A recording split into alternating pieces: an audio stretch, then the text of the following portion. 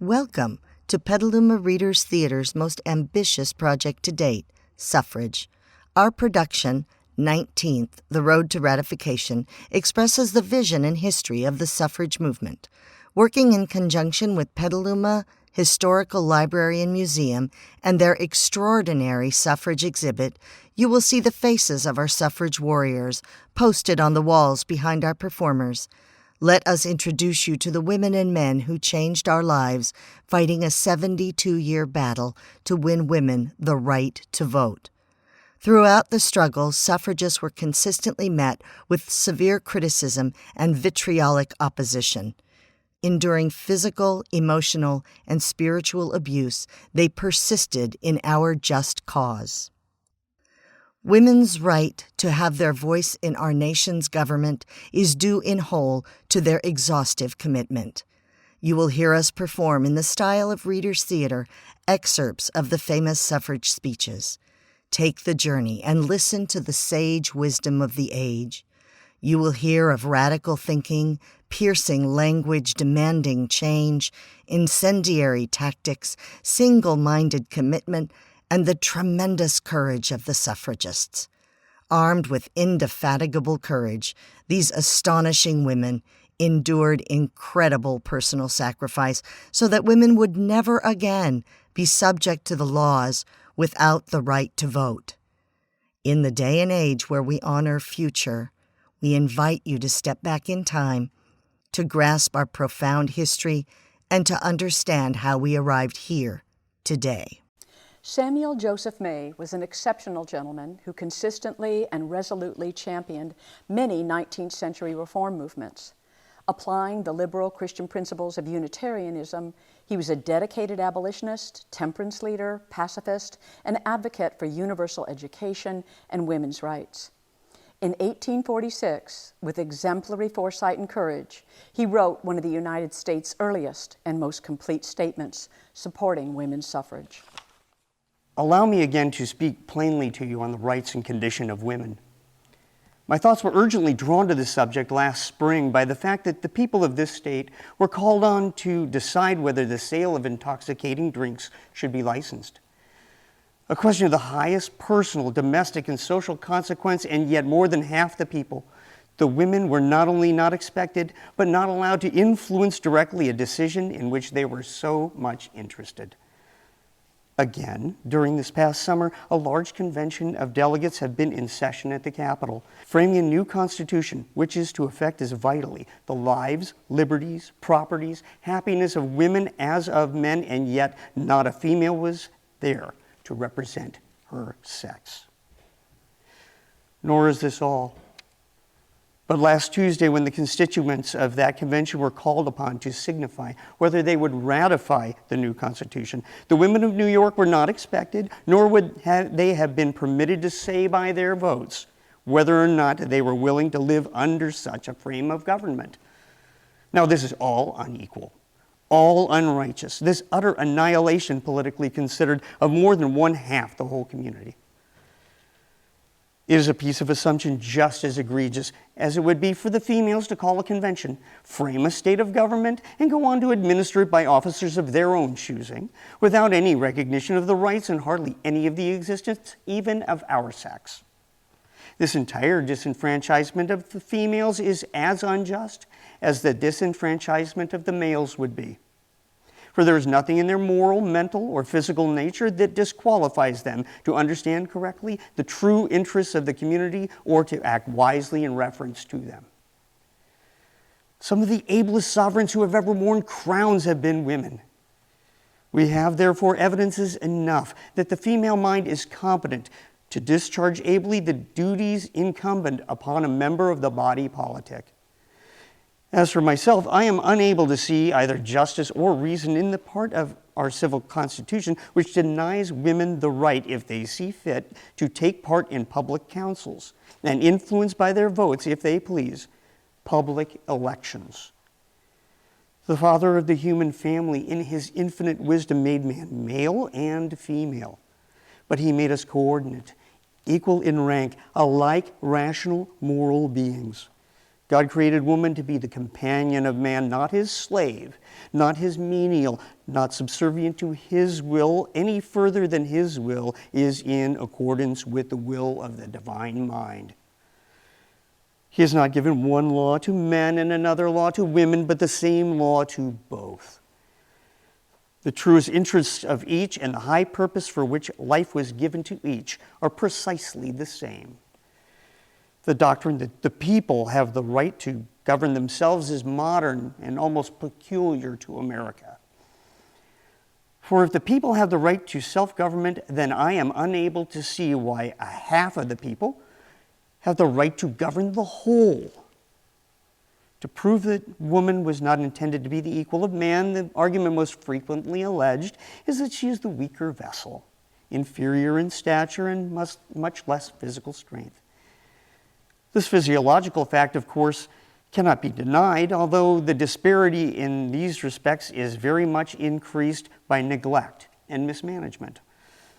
But allowing women to generally have less bodily power, why should this consign them to mental, moral, or social dependence? Physical force is of special value only in a savage or barbarous community. It is the avowed intention and tendency of Christianity to give the ascendancy to man's moral nature, and the promises of God, with whom all strength and wisdom are to the upright, the pure, the good, not to the strong, the valiant, or the crafty. But some would eagerly ask, should women be allowed to take part in the constructing and administering of our public institutions? Allowed? Why, pray tell me, is it from us that their rights have been received? Have we the authority to accord them just such prerogatives as we see fit and withhold the rest? No. Woman is not the creature, the dependent of man, but of God. We may with no more propriety assume to govern women than they might assume to govern us. And never will the nations of the earth be well governed until both sexes, as well as all parties, are fairly represented and have an influence, a voice, and if they wish, a hand in the enactment and administration of the laws. One would think that the sad mismanagement of the affairs of our own country should lead us men to doubt our own capacity for the task of governing a nation alone, and to apprehend whether we need other qualities in our public councils, qualities that may be found in the female portion of our race. If woman be the complement of man, we may surely venture the intimation that all our social transactions will be incomplete or otherwise imperfect unless they have been guided alike by the wisdom of each sex. The wise, virtuous, gentle mothers of our state or nation, should their influence be allowed, might contribute as much to the good order, the peace, the thrift of the body politic. Even for the restraint of the unruly and the reformation of the vicious, women would be found to possess a power and skill which far transcend the force and coarse appliances on which men are wont to rely. In support of this last supposition, I only need point to Mrs. Fry in England and to Mrs. Farnham and Miss Dix in our country. These women have evinced a fortitude and courage as well as a degree of sound sense which very few men possess. Historians traditionally begin their discussion of the United States women's suffrage movement with the Seneca Falls Convention, led in 1848 by women's rights advocate and abolitionist Elizabeth Cady Stanton. The convention's manifesto, the Declaration of Sentiments and Resolutions, was primarily written by Stanton and designed to echo the power and principles of Thomas Jefferson's Declaration of Independence. Due to its inspirational content and elegance, it soon came to serve as a framework for the women's suffrage movement. Following the convention, Stanton, most often with the assistance of her longtime friend Susan B. Anthony, served as a leader of the liberal branch of the suffrage movement for decades. But, dying in 1901, she never lived to witness the ratification of the 19th Amendment. The Declaration of Sentiments and Resolutions. When in the course of human events it becomes necessary for one portion of the family of man to assume, among the peoples of the earth, a position different from that which they hitherto have occupied, but to one which the laws of nature and nature's God entitle them, a decent respect to the opinions of mankind requires that they should declare the causes that impel them to such a course. We hold these truths to be self-evident, that all men and women are created equal, that they are endowed by their Creator and certain inalienable rights, that are among these life, liberty, and the pursuit of happiness. That to secure these rights, governments are instituted, deriving their just powers from the consent of the governed. Whenever any form of government becomes destructive to these ends, it is the right of those who suffer from it to refuse allegiance to it and to insist upon the institution of a new government, laying its foundation upon such principles and organizing its powers in such form as to them shall seem most likely to affect their happiness and safety. The history of mankind is a history of repeated injuries and usurpations on the part of man toward woman, having in direct object the establishment of an absolute tyranny over her. To prove this, let facts be submitted to a candid world. He has never permitted her to exercise her inalienable rights to the elective franchise. He has compelled her to submit to laws in the formation for which she had no voice. He has withheld from her rights, which are given to the most ignorant and degraded of men, both native and foreigner. Having deprived her of this first right of a citizen, the elective franchise, thereby leaving her without representation in the halls of legislation, he has oppressed her on all sides. He has taken from her, if married, all her property, even to the wages she earns. He has made her, if married, in the eye of the law, civilly dead. In the covenant of marriage, she is compelled to promise obedience to her husband, he becoming, to all intents and purposes, her master, the law giving him power to deprive her of her liberty and to administer chastisement. He has so framed the laws of divorce as to what shall be the proper causes, and in the case of separation, to who the guardianship of the children shall be given, as to be wholly regardless of the happiness of women. The law in all cases going upon a false supposition of the supremacy of man, giving all power into his hands. After depriving her of all her rights as a married woman, if single and owner of property, he has taxed her to support a government which recognizes her only when her property can be made profitable to it. He has monopolized nearly all the profitable employments, and from those she is permitted to follow, she receives only scant remuneration. He closes against her all the avenues to wealth and distinction which he considers most honorable to himself. As a teacher of theology, medicine, or law, she is not known. He has denied her the facilities of obtaining a thorough education, all colleges being closed against her. He allows her in the church and in the state, but a subordinate position, claiming apostolic authority for her exclusion from the ministry, and with some exceptions, from any public participation in the affairs of the church. He has created a false public sentiment by giving to the world a different code of morals for men and women, by which only the moral delinquencies which exclude women from society are not only tolerated, but deemed of little account in men. He has endeavored in every way that he could imagine to destroy her confidence in her own powers and to lessen her self-respect and make her willing to lead a dependent and abject life. Now, in view of this entire disenfranchisement of one half of the people of this country, their social and religious degradation, in view of the unjust laws mentioned above, and because women do feel themselves aggrieved, oppressed, and fraudulently deprived of their most sacred rights, we insist that they have immediate admission to all the rights and privileges that belong to them as citizens of the United States.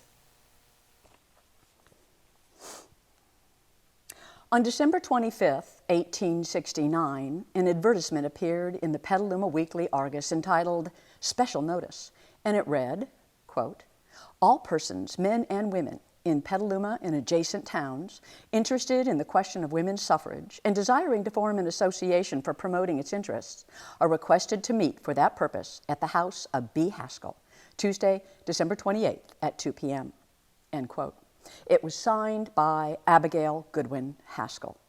At this meeting, the Sonoma County Women's Suffrage Association was formed, and under Haskell's leadership, lectures supporting suffrage were promptly scheduled in Petaluma, and a campaign was initiated to gather the signatures of Petalumans for a California suffrage petition.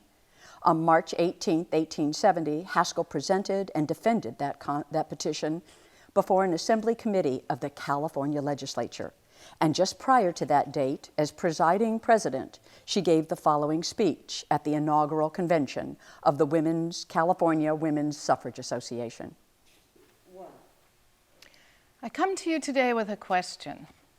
What is republicanism? The answer is no mystery. Lexicographers have long defined it as a commonwealth or state in which the exercise of the sovereign power is lodged in representatives elected by the people. It is a government in which the people choose their representatives to make laws for the well-being and best interest of the whole. The mystery, therefore, is that we are living in a Republican government where 1/2 the citizens of lawful age in any state, women, are denied a voice. Make no mistake.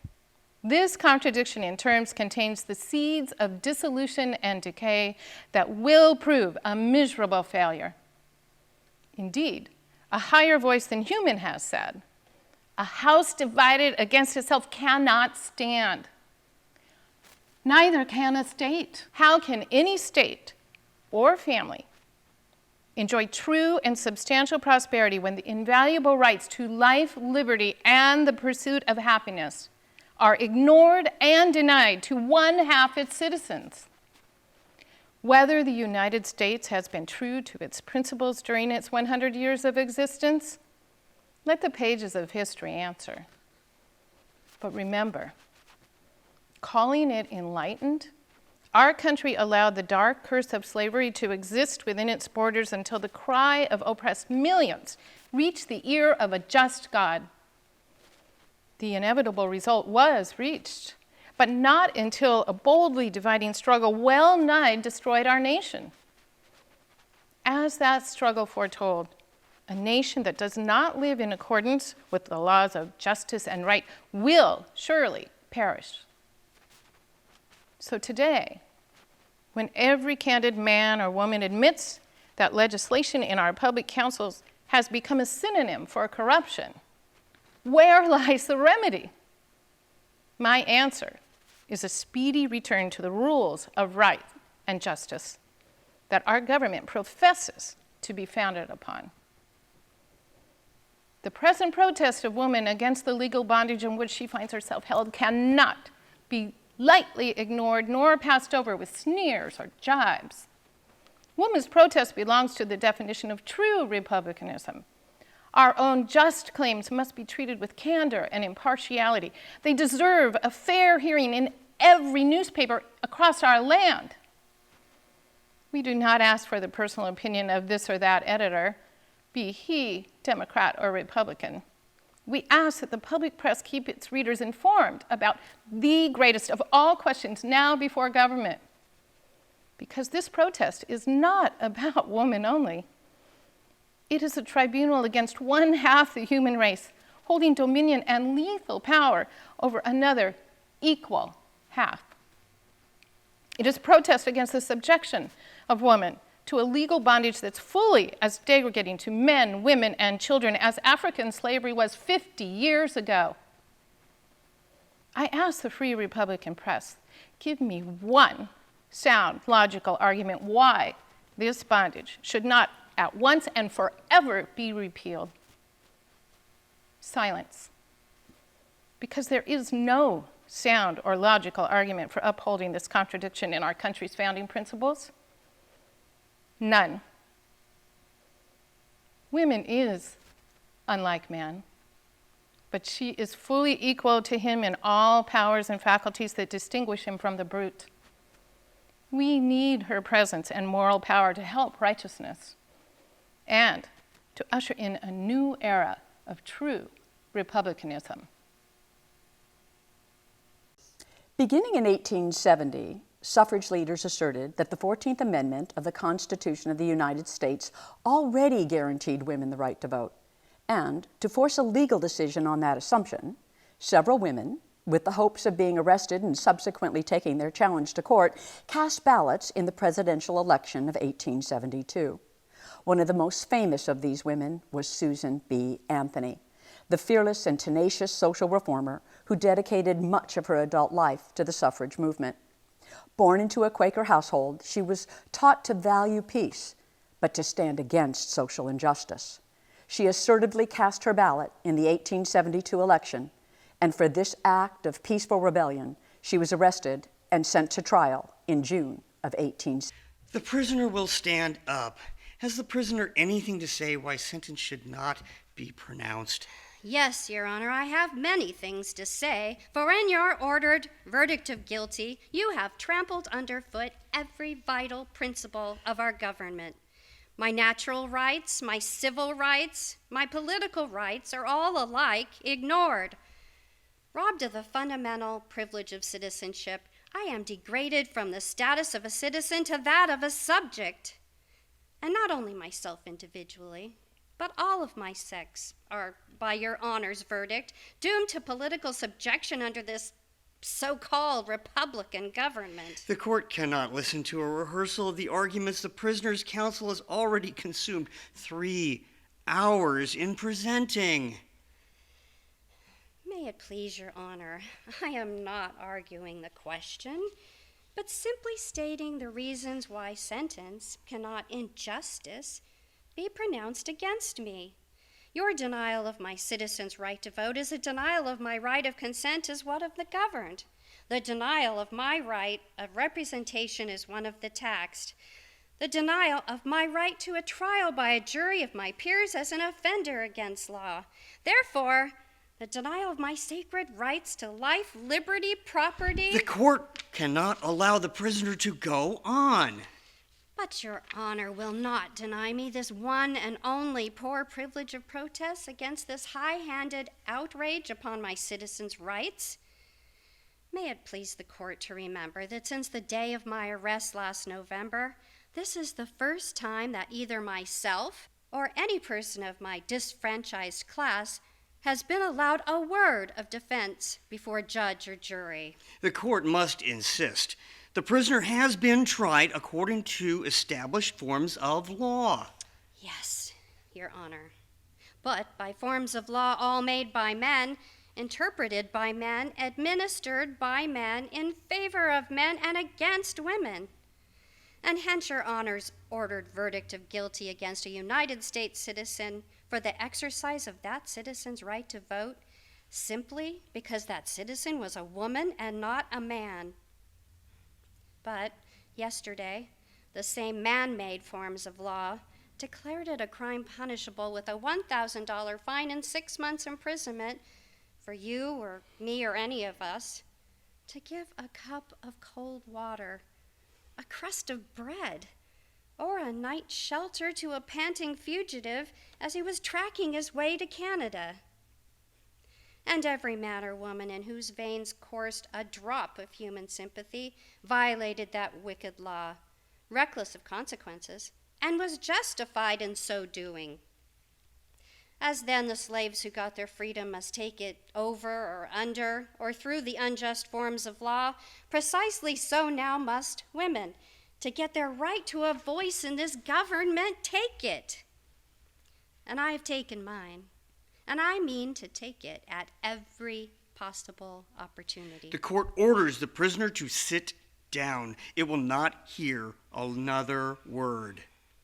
When was brought before your honor for trial, I hoped for a broad and liberal interpretation of the Constitution and its recent amendments that should declare all United States citizens under its protecting aegis, that should declare equality of rights the national guarantee to all persons born or naturalized in the United States.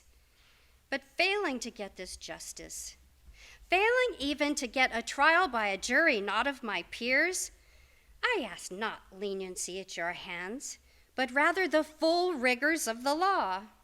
The sentence of the court is that you pay a fine of $100 and the cost of the prosecution. May it please your honor, I shall never pay $1 of your unjust penalty.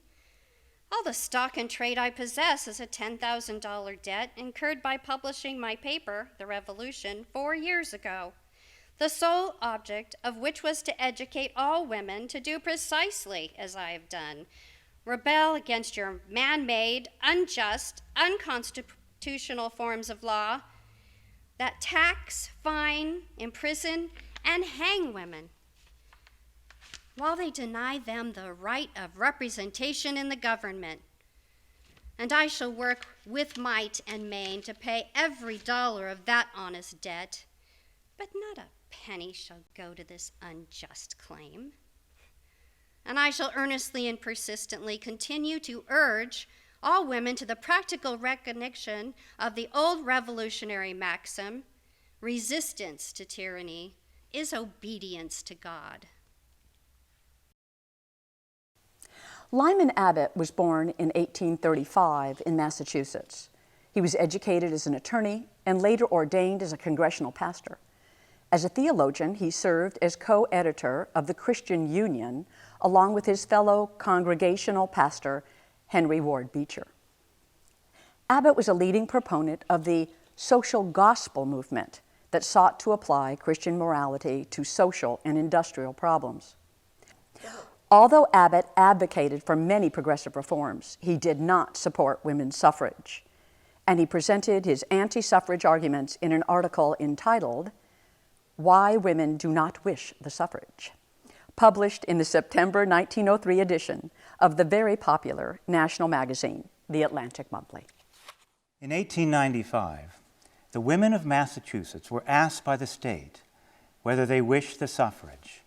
Of the 575,000 voting women in the state, only 22,204 cared enough to deposit in a ballot box an affirmative answer to this question. In round numbers, less than 4% wished to vote. About 96% were opposed to women's suffrage or indifferent to it.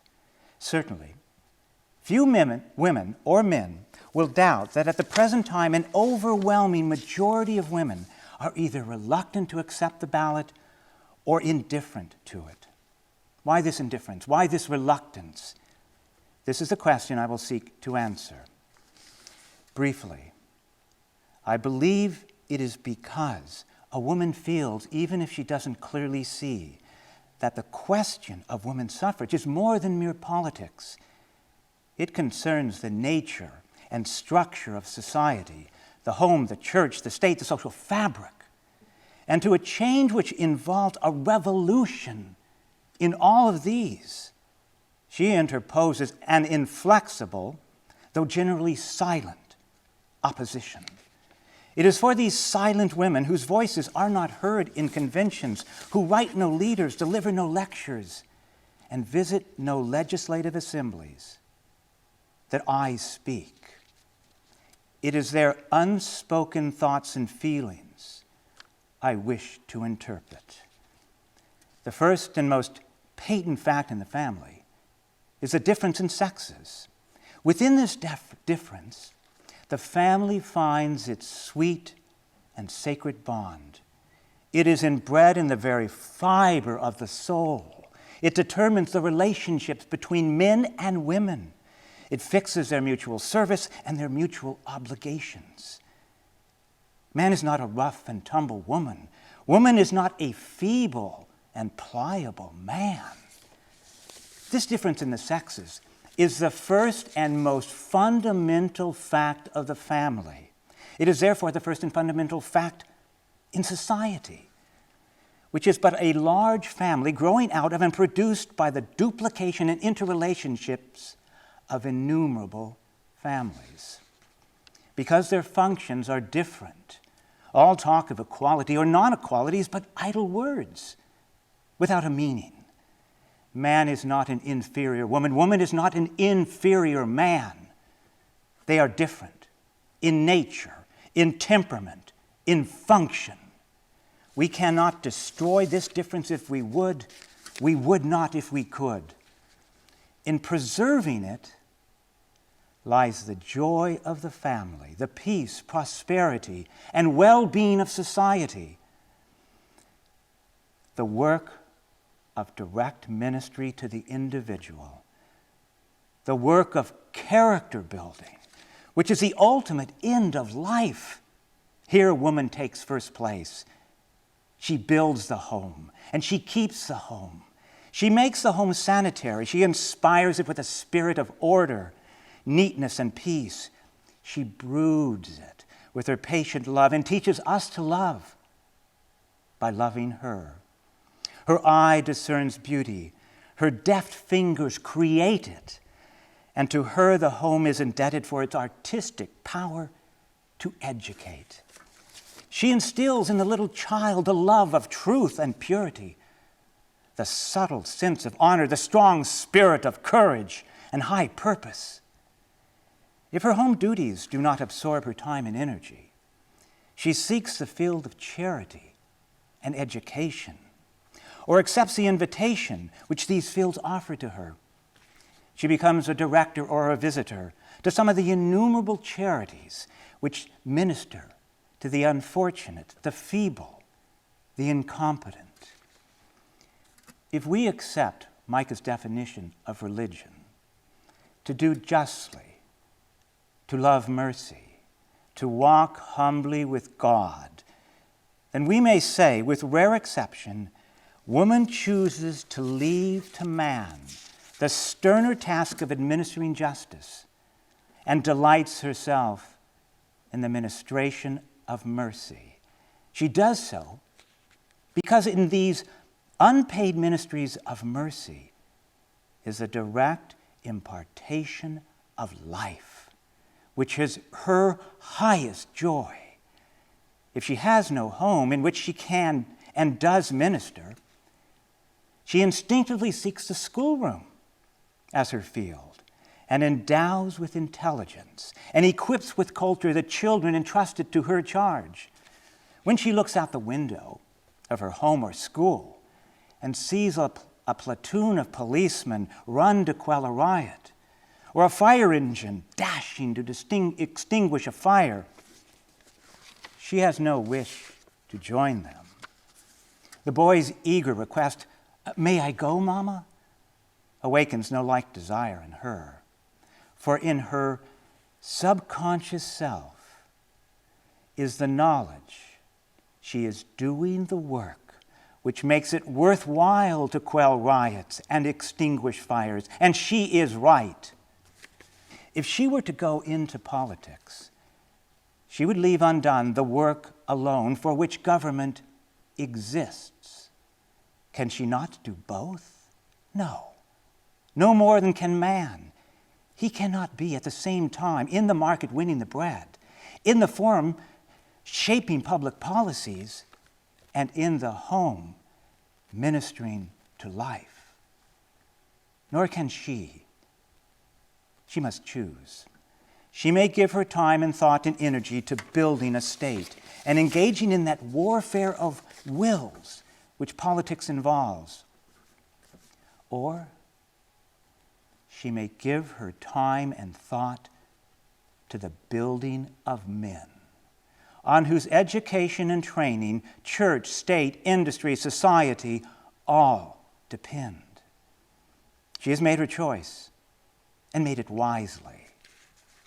Necessity, born of an imperfect industrial system, may drive a few thousand women into battle with nature in breadwinning vocations, but the great body of American women are true to themselves, to the nature God has given them, and to the service He has allotted to them, the direct ministry to life.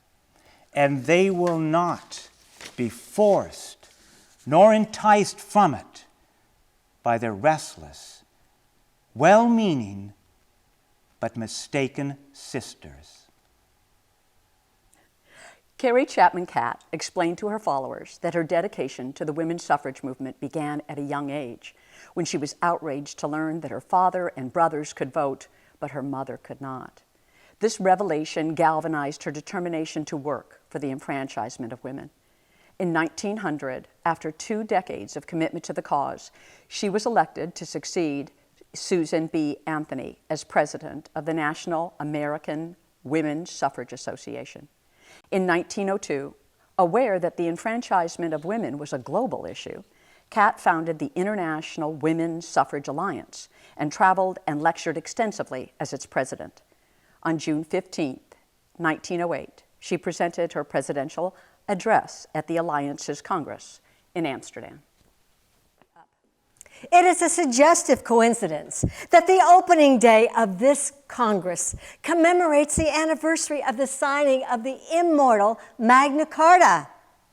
That event stands out distinctly against the background of 7 centuries as one of the most important in the history of man. The historian Green says of it, "The Great Charter marks the transition from the age of traditional rights to the age of written legislation, of parliaments, of statutes." It pointed us certainly to the will of the majority behind the statutes. It pointed to the coming of votes for men and women. The blessing of the new era, inaugurated by this remarkable document, were not enjoyed by England alone, but have been shared as a common possession by all nations of the world. The Magna Carta, therefore, properly becomes the inheritance of mankind. And on June 15th, appropriately, an International Memorial Day. So sweeping have been the changes which have taken place since the signing of the Charter that the age of the English barons bears little resemblance to our own. Yet, the political evolution is not yet complete. What celebration of the day could be more fitting than the opening of a Congress which declares for the final step in that evolution?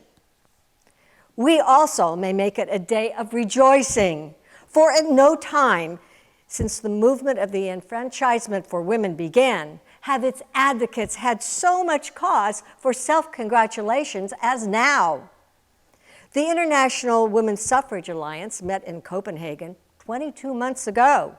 And in the brief time which has elapsed since then, the progress of our cause has been so rapid, the gains so substantial, the assurance of coming victory so certain, that we may imagine the noble and brave pioneers of women's suffrage, the men and women who were the torchbearers of our movement, gathering today in some far-off celestial sphere and singing together a glad paean of exultation.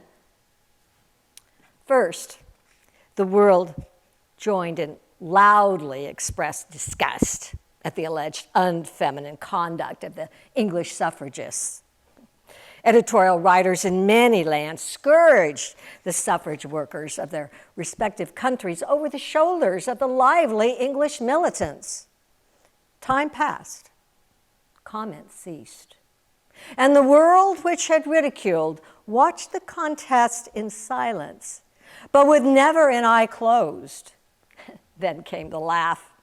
The dispatches flashed the news to the remotest corners of the globe that English cabinet ministers were protected in the street by bodyguards. The houses of cabinet ministers were protected by relays of police.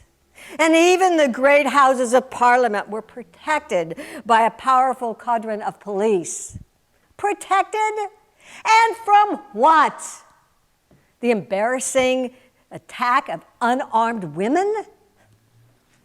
The vision of the Premier of England hiding behind locked doors and skulking along side streets and guarded everywhere by officers, lest a encounter with a feminine interrogation point should put him to rout.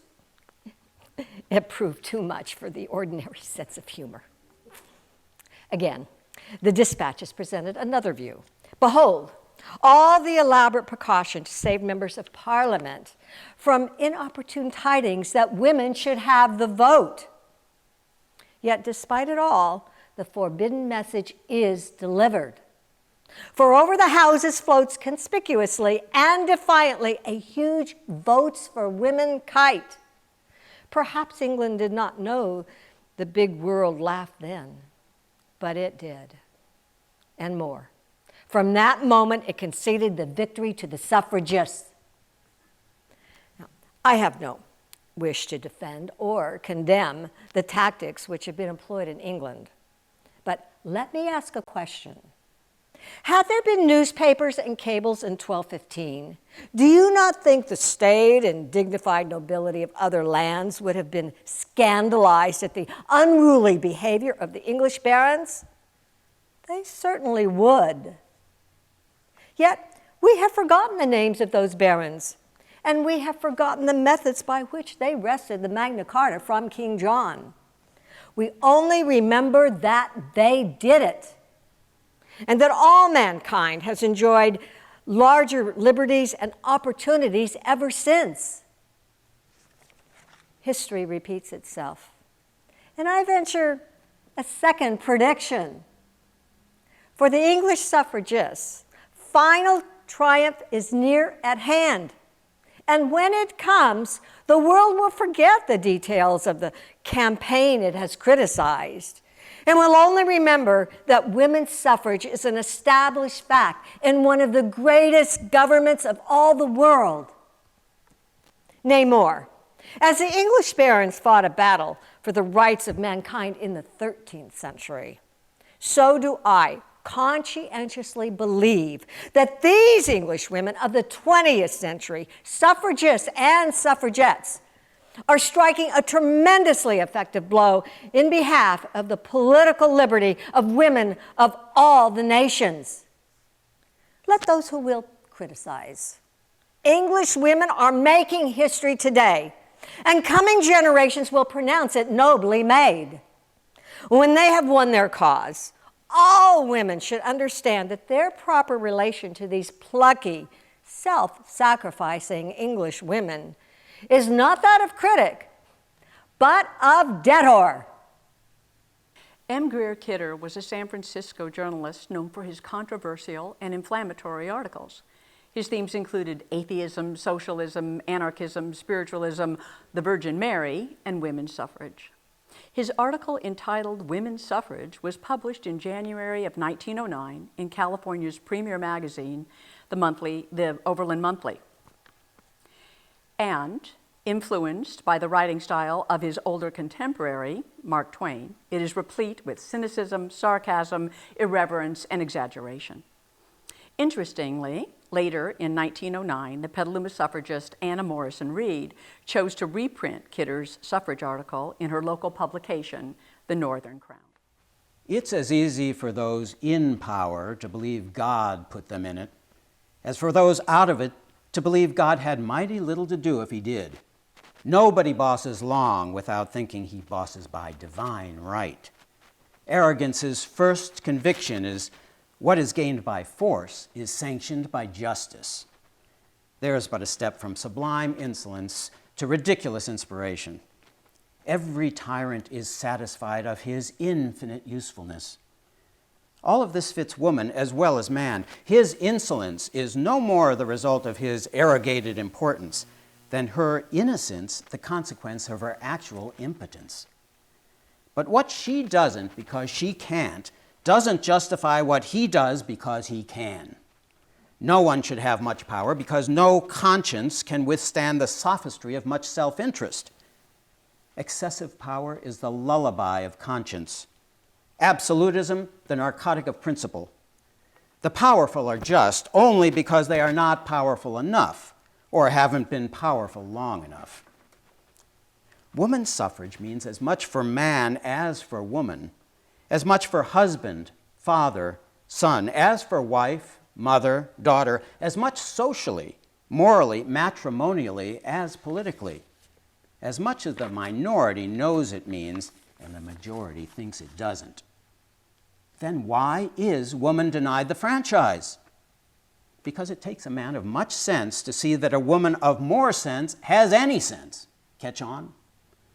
Besides, it's feared that if she begins to improve things, she will improve them as unpleasantly as suddenly. Few like change, fewer being yanked into respectability.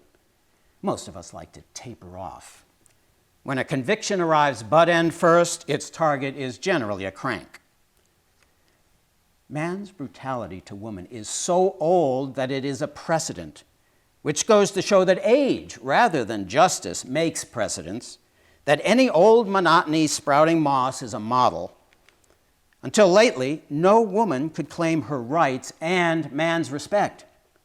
She could own nothing. Her fate was robbery, piety, patience, submission, and motherhood. Her husband stole everything she had but her children and her God, everything, in short, worth stealing. Women were not beaten, except out of what they had. When I think of man's treatment of woman, I wonder he is no worse. What can be expected from a neglected mother but a son who neglects his wife? Why are most divorce applicants women? Because in many cases, incompatibility, truthfully translated, would make the doom of the Athenian virgins offered to the Minotaur a honeymoon by comparison. Don't you know half the men escape zoology by only 2 legs? What protection has an abused wife? Divorce? Is anything more combated? Is any step more unpopular? As to the stigma resting upon the children, what kind of children are bred from a couple that should be divorced? Born and bred in that nursery of conservative chivalry, the South, I thought woman was created to grace the home and ornament society.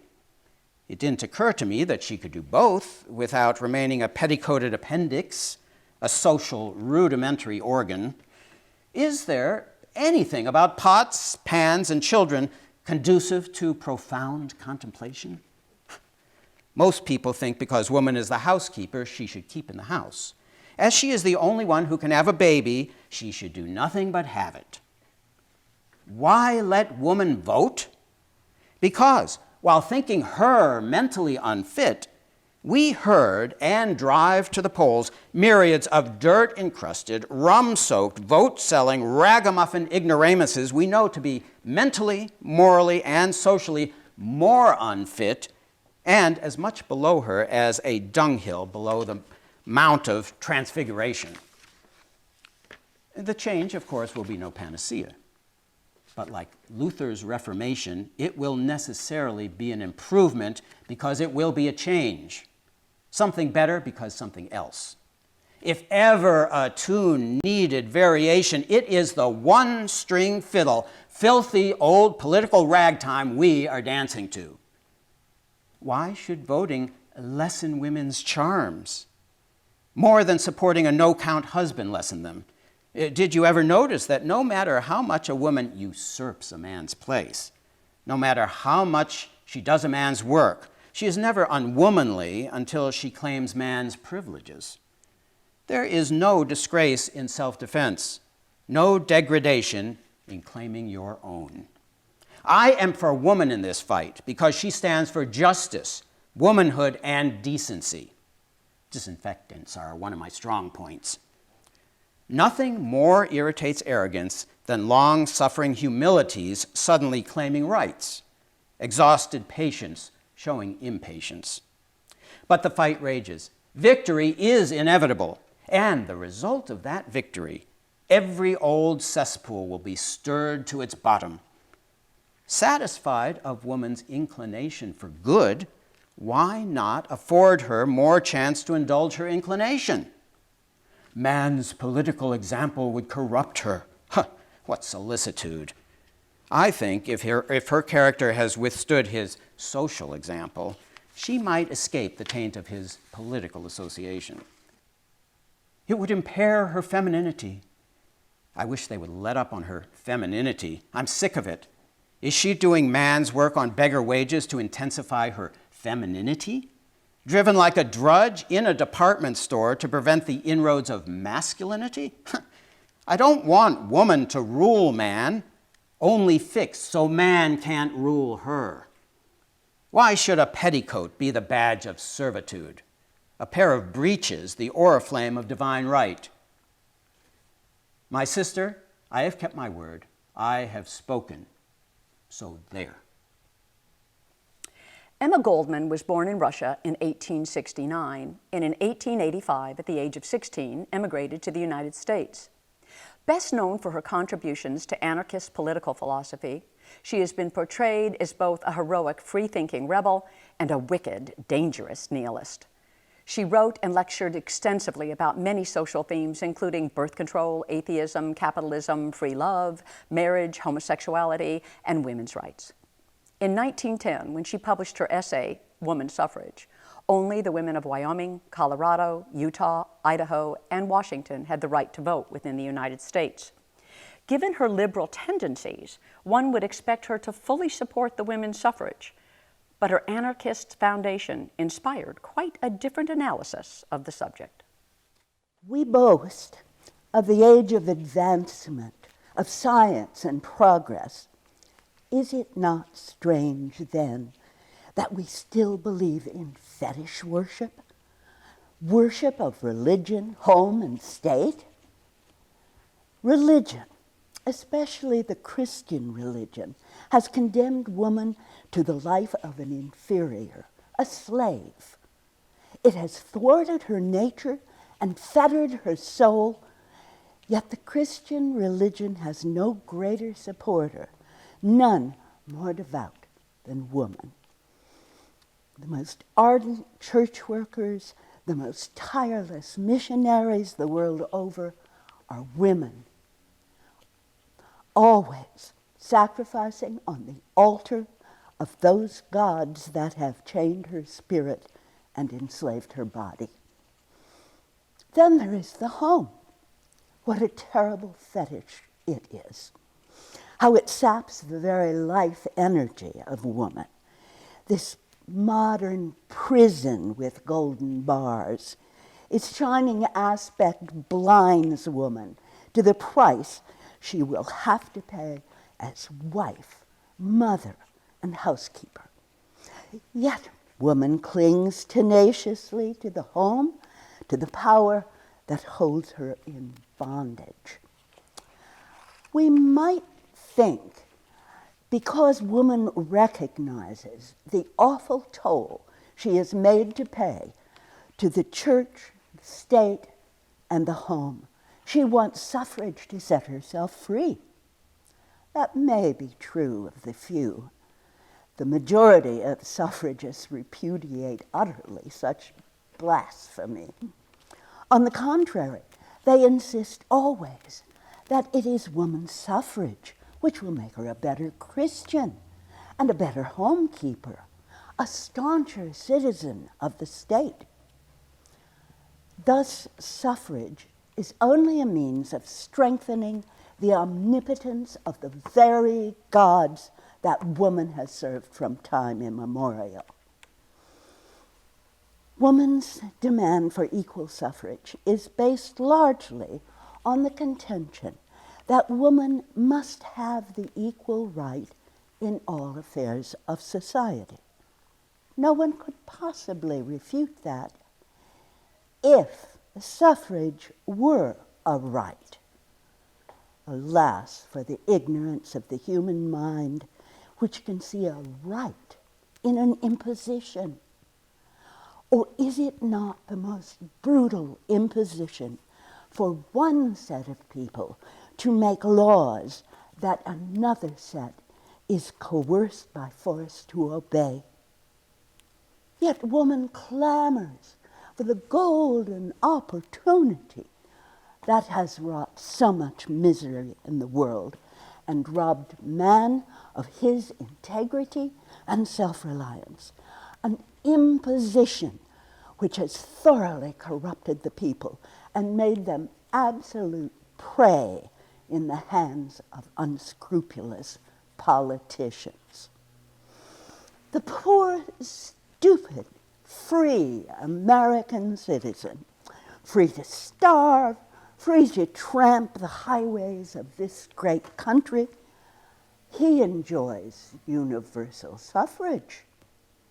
And by that right, he has forged chains about his limbs. The reward that he receives is stringent labor laws prohibiting the right of boycott, of picketing, in fact, of everything, except the right to be robbed of the fruits of his labor. Yet all these disastrous results of the 20th century have taught woman nothing. But then woman will purify politics, we are assured.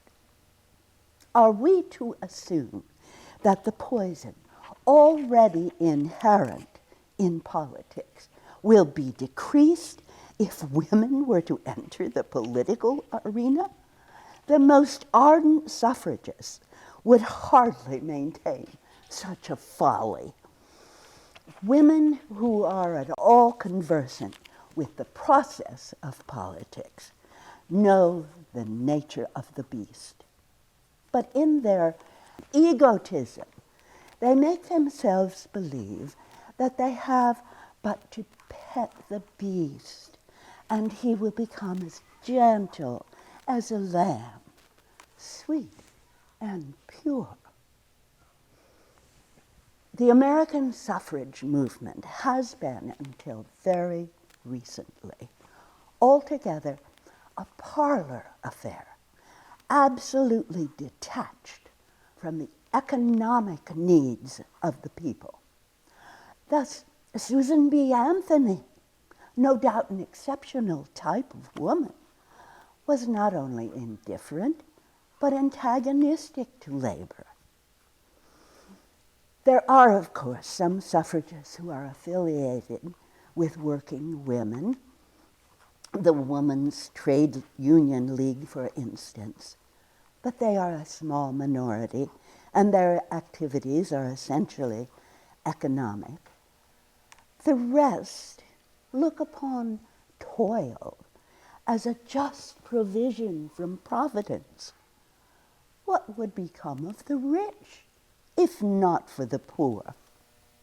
What would become of these idle, parasitic ladies and gentlemen who squander more in a week than their victims earn in a year, if not for the 80 million wage workers? Equality. Who ever heard of such a thing? History may be a compilation of lies. Nevertheless, it contains a few truths, and they are the only guide we have for the future. The history of political activities of men proves that they have given him absolutely nothing that he could not have achieved in a more direct, less costly, and more lasting manner. As a matter of fact, every inch of ground he has gained has been through a constant fight, a ceaseless struggle for self-assertion, and not through suffrage. There is no reason whatever to assume that woman, in her climb to emancipation, has been or will be helped by the ballot. It is just 62 years ago since a handful of women at the Seneca Falls Convention set forth a few demands for their right to equal education with men and access to the various professions, trades. What wonderful accomplishments, what wonderful triumphs. Who but the most ignorant may now dare speak of woman as a mere domestic drudge? Who dare suggest that this or that profession should not be open to her? For over 60 years, she has molded a new atmosphere and a new life for herself. The misfortune of women is not that she is unable to do the work of a man, but that she is wasting her life force to outdo him, with a tradition of centuries which has left her physically incapable of keeping pace with him. I know some have succeeded, but at what cost? At what terrific cost? She can give suffrage or the ballot no new quality, nor can she receive anything from it that will enhance her own quality. Her development, her freedom, her independence must come from and through herself. First, by asserting herself as a personality and not as a sex commodity.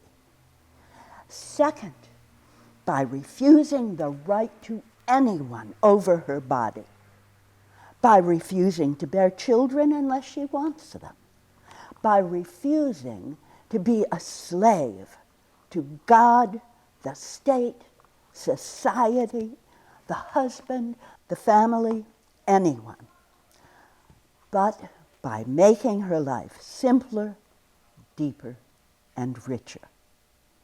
That is, by trying to learn the meaning and substance of life in all its complexities, by freeing herself from the fear of public opinion. Only that, and not the ballot, will set woman free, will make her a force hitherto unknown in the world, a force for real love, for peace, for harmony, a force of divine fire, of life-giving, a creator of free men and women. 1916 was a crucial time for the women's suffrage movement in the United States. After decades of politely requesting the right to vote, the strategy was pivoting towards a more radical approach. Women began protesting, staging public demonstrations, and engaging in civil disobedience.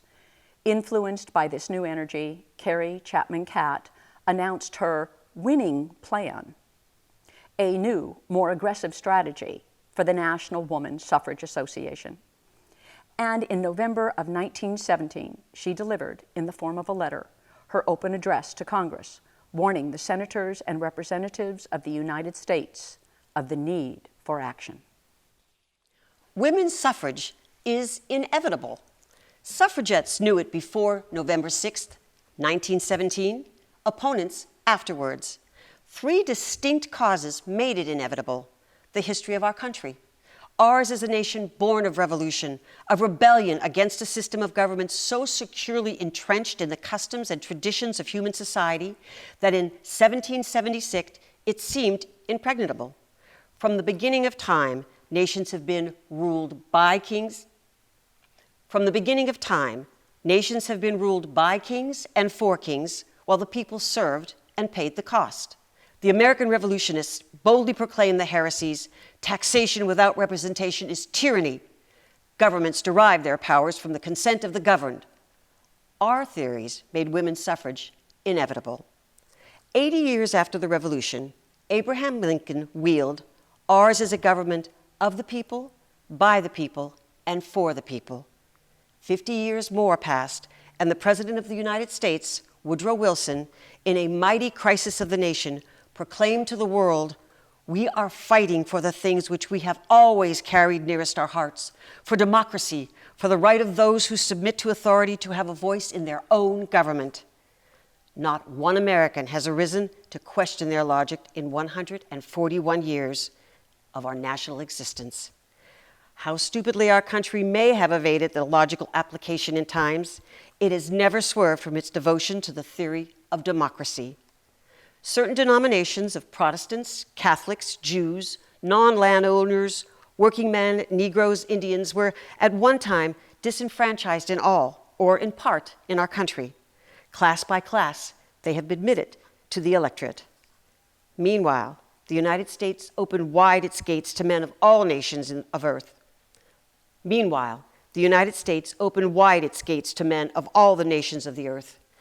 By the combination of naturalization granted the foreigner after a 5 years resident by our national government and the uniform provision of the state constitutions which extend the vote to male citizens, it has been the custom in our country for 3 generations that any male immigrant accepted by the national government is a citizen, automatically becomes a voter in any state in which he chooses to reside, subject only to the minor qualifications prescribed by the state. Justifiable exceptions to the general principle may have entered. Men just emerging from slavery, untrained to think or act for themselves, and in most cases wholly illiterate, were not asked to qualify for voting citizenship. Not even as a measure of national caution has the vote ever been withheld from immigrants until they have learned our language, earned a certificate of fitness from our schools, or given definite evidence of loyalty to our country. When such questions have been raised, political leaders have replied, "What? Tax men and in return give them no vote? Compel men to obey the authority of a government to which they have no consent? Never. That is un-American." So it happens that men of all nations and in all races, except the Mongolian, may secure citizenship and automatically become voters in any state in the Union. And even the Mongolian born in this country is a citizen and has the vote. With such a history behind it, how can our nation escape the logic it has never failed to follow when its last unfranchised class calls for the vote? Behold our Uncle Sam floating the banner with one hand, "Taxation without representation is tyranny," and with the other, seizing the billions of dollars paid in taxes by women to whom he refuses representation. Behold him again, welcoming the boys of 21 and newly made immigrant citizens to a voice in their own government, while he denies the fundamental right of democracy to thousands of women public school teachers from whom many of these men learned all they know about citizenship and patriotism.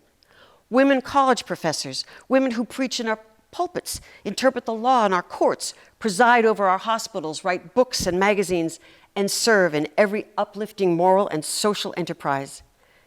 Is there a single man who can justify such inequality of treatment, such outrageous discrimination? Not one. Women's suffrage became an assured fact when the Declaration of Independence was written. It matters not at all whether Thomas Jefferson and his compatriots thought of women when they wrote that immortal document. They conceived and voiced a principle greater than any man, a power not of themselves, which makes for righteousness, gave them the vision, and they proclaimed truism as immutable as the multiplication table, as changeless as time. These are new times, and as an earnest of its sincerity in the battle of democracy, the government of Great Britain has not only pledged votes to its disfranchised men and to its women, but the measure passed the House of Commons in June 1917 by a vote of 7-1. And will be sent to the House of Lords in December with the assurance of Premier Lloyd George that it will shortly become a national law. The measure will be applied to England, Scotland, Ireland, Wales, and all the smaller British islands. Canada, too, has enfranchised women of all its provinces, starting with the Pacific Coast to northern New York, predicted votes for all Canadian women before the next national election. Russia, whose opposing forces have made a sad farce of the new poverty, is nevertheless pledged to a democracy which shall include women. It must be remembered that no people ever pass from an absolute autocracy into a smoothly running democracy with ready-made constitution and a full set of statutes to cover all conditions. Russia is no exception. Great Britain, not the United States, is now leading the world in the coming democracy. The present bill provides that the parliamentary note shall be extended to women. All other suffrage rights on equal terms with men have long been enjoyed by women of England, Scotland, Ireland, and Wales. The women of Canada have had multiple suffrage for many years, and the qualifications vary in different provinces, and the women of Australia and New Zealand have had long suffrage in equal terms of men. The Scandinavian countries, too, have outstripped us in applied democracy and have taken the second lead. Universal suffrage, including women, is already established in Finland, Norway, Denmark, and Iceland, and even Sweden long ago gave women equal rights with men, except the vote in Parliament. Is it not clear that the world expects such action and fails to understand its delay? In the face of these facts, we ask you, senators and the members of the House of Representatives of the United States, is it not the immediate enfranchisement of women of our nation the duty of the hour? Why hesitate? Alice Paul was a young, radical leader in the later years of the women's suffrage movement. She broke ranks with the older generation, implementing the civil disobedience and more radical techniques she learned while working with the suffragettes in England under the leadership of Emmeline Pankhurst. She fought radically and suffered greatly for the cause of equal rights for women and inspired others to do so as well. Many believe it was her courage and sacrifice that ultimately ensured the ratification of the 19th Amendment. Sometimes I still feel it deep inside of me, that dull and gnawing ache. I've come to think of it as a friend. Hello, I say. Hello, hunger, my old pal. How are you? Sometimes it even gurgles some inaudible reply. I'd feed you, my friend, but I'm waiting. Hunger is an open wound. When we had to, we fought.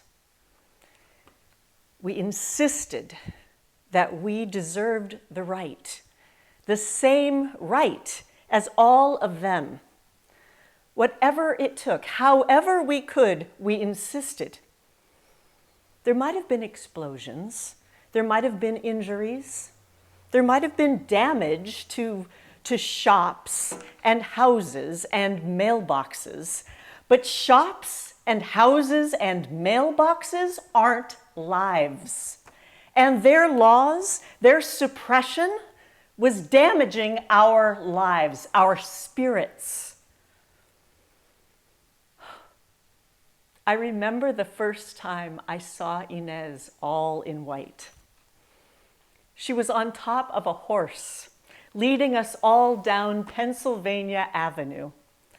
I'd seen her 100 times before, 1,000, but not like this.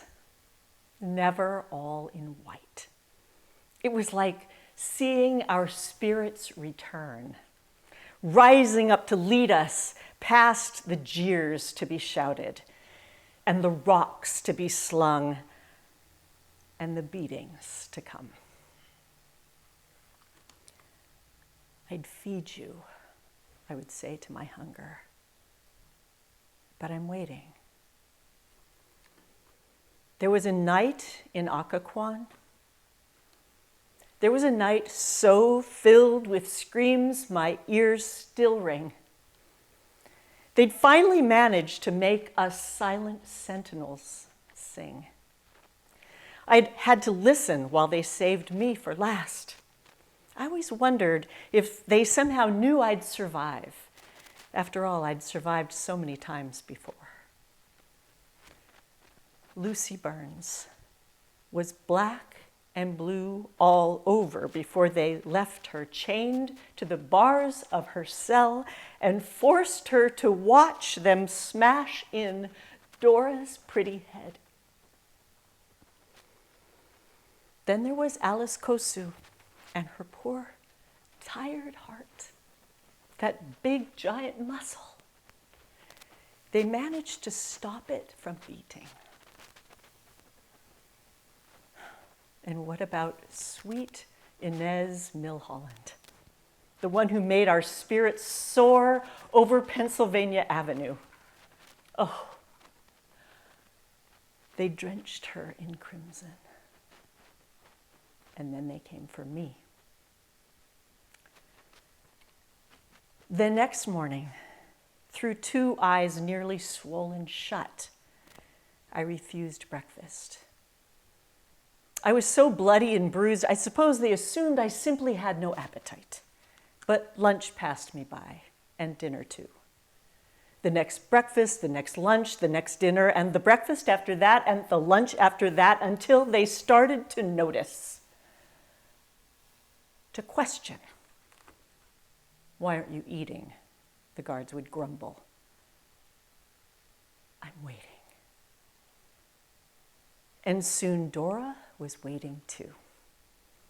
And Inez, and Lucy and Mary, and Lizzie and Beth and all the others. We're waiting, we'd say, together and apart. As we'd watch them take our plates of mush away, the fight would sustain us. Oh, they'd prefer you to believe it was the tubes and the chicken fat they poured down our throats. And not just the chicken fat, no. There was the spoiled milk and uncooked eggs. Whatever liquid protein they could force inside of us. But every meal, every day, we insisted, one by one. We'd look at our plate and shake our heads. I'm waiting. The men got off on using their nightsticks, or hosing us down with the water turned up, strong as they could make it. Hard to believe the same thing that baptizes you can welt you, but it's true. The women, though, the ones who looked like us and sounded like us, but were perfectly content hiding in their shells from the world, from their responsibilities, from their own voices. They were the ones who seemed to enjoy it the most. Perhaps it was how they learned to suppress their own anger and quiet their voice of desire. Or maybe it was just a disgust with our expectations. Whatever the reason, their wicked smiles left an imprint on my mind as eternal as horseback Inez, except for one. The woman who held me down as the doctor forced God knows what down my throat. She had green eyes, I remember, and a little scatter of freckles at the tops of her cheeks, just below 2 dark rings around her evergreen eyes. She pleaded with me as the doctor prepared his torture. For your children's sake, Miss Paul. But I didn't have any. And your husband's. But I wasn't married. Then what about you? For your own sake. But I just shook my head. Why? Why won't you eat? She asked. Or was it begging? Because I remember watching tears fall from those 2 green eyes. Was she begging? Either way, I just said, I'm waiting. As the doctor approached. Whenever I feel it, that dull and gnawing ache, whenever my old friend hunger comes to call and we converse, I'm reminded to look at the time and the date and the headlines Because as long as I am here waiting, that hunger isn't going anywhere. I imagine it across the room, my hunger, dressed all in white and straddling that enormous horse. I'm hungry, she tells me. I'd feed you, my friend, but I'm waiting. For what? She asks. A million things. But what if you could only pick one, Alice? There was a night in 1917 when I broke a window. I raised a brick as high as my arm would let me, and with all my might, I watched a jeweler's window shatter into a million pieces. There are ceilings, Inez. Not just windows, but ceilings. My hunger just gurgles some inaudible reply, though, as that Pennsylvania Avenue vision becomes a hazy mist. And I just stand here insisting. I'm waiting.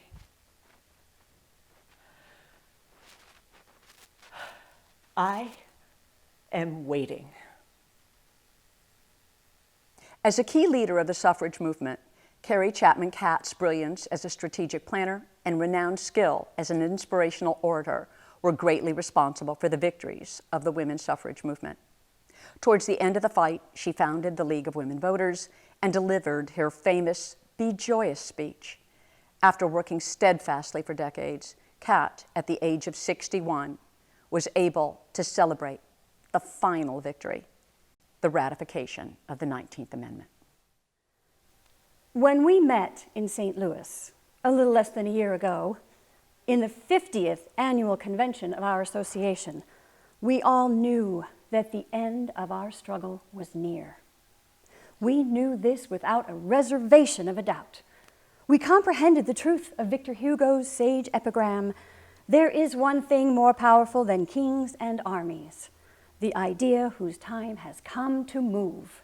We knew that the time for our idea was here. Since that date, state after state has joined the list of the ratified. We have seen our idea, our cause, move forward dramatically, majestically, into its appropriate place as part of the construction of our nation. We have no official proclamation to make, announcing that our amendment has been ratified by the necessary 36 states. But the ratifications already completed and the special legislative sessions already called for ratification bring us within very few of the required number. There is no earthly power that can do more than delay a trifle, the final enfranchisement of women. The enemies of our progress and liberty never surrender and never die.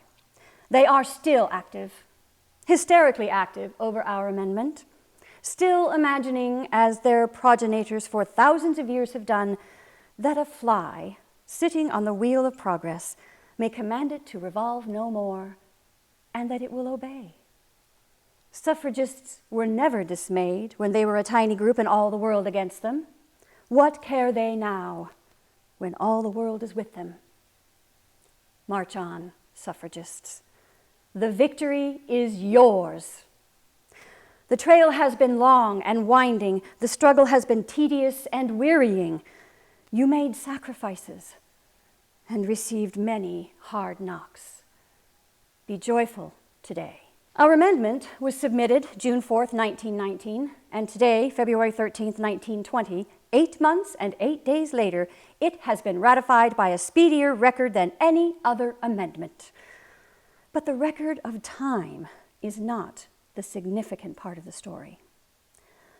Obstacles have been difficult to overcome, far more difficult than you may ever know, and in a few instances well nigh insurmountable. But the point to emphasize today is that obstacles were overcome. On the whole, the ratifications have moved forward in splendid, triumphal procession. There have been many inspiring incidents of pluck, daring, and clever moves on the part of the suffragists to move the campaign ahead. And there have been many instances of courage, nobility of purpose, and proud scorn of the pettiness of political enemies on the part of governors, legislators, and men friends of our cause. On the other hand, there have been tricks, chicanery, and misrepresentation. But let us forget them all. Those are only the symptoms of the feeling of those who have lost a cause. Victors can afford to be generous. Someday, the history of these past few months will be written, and if the writer catches the real spirit of it all, it will be a thrilling story. We may be a bit impatient, but candor should make us realize that the progress of ratification has been safe, sane, wholesome, and its final triumph certain. We should be glad and grateful, but more, we should be proud. Proud that the 51 years of organized endeavor has been clean, constructive, and conscientious. Our armies never resorted to lies, innuendo, misrepresentation. It never called its enemies names. It marched forward, even when the forces were most disorganized by disaster. It always met argument with argument, honest doubt with proof of error. In all the years, it has never paid a federal lobbyist, and so far as I know, no state has paid a legislative lobbyist. During the 50 years, it has rarely had a salaried officer, and even then, she has been paid less than her earning capacity elsewhere. It has been an army of volunteers who have estimated no sacrifice too great, no service too difficult. Ours has been a movement with a soul, a dauntless, unconquerable soul ever leading on. Women came, served, and passed on. But others came to take their places, while the same great soul ever marching on through hundreds, nay, 1,000 years. A soul immortal, directing, leading the women's crusade for the liberation of the mothers of the race. That soul is here today. And who shall say that all the hosts of the millions of women who have toiled and hoped and met delay are not here today, and joining in the rejoicing that their cause at last, has won its triumph? How do I pity the women who have no share in the exaltation and the discipline of our army of workers? How do I pity those who have felt none of the grip of oneness, of women struggling, serving, suffering, sacrificing for the righteousness of women's emancipation? Women, be glad today. Let your voices ring out the gladness in your hearts. There will never come a day like this. Let the joy be unconfined, and let it speak so clearly that its echo will be heard around the world and find its way into the soul of every woman of any and every race and nationality who is yearning for opportunity and liberty, still denied her sex. Thank you for joining us today. We hope our humble presentation will inspire you to understand the fight it takes to make just and fair change in our nation. It is our hope that this story will inspire you to fight for the democracy which is written in our founding documents. In the echo of the fight, we see that words matter, freedom matters, voting matters, Black lives matter. It all matters to continue our fight toward a full and fair democracy. Change can happen, but we must be vigilant and constant in our pursuit of it. Please know, the most important thing you can do is vote. We must all vote. November 3rd, in person or by mail. Vote for this and every election from this point onward. Make your voice heard. Create new standards, engage in your community, and never forget what the suffragists did for us. It is your inalienable right to participate in our political system and vote. Fight on, America. Hold tight to our next just cause.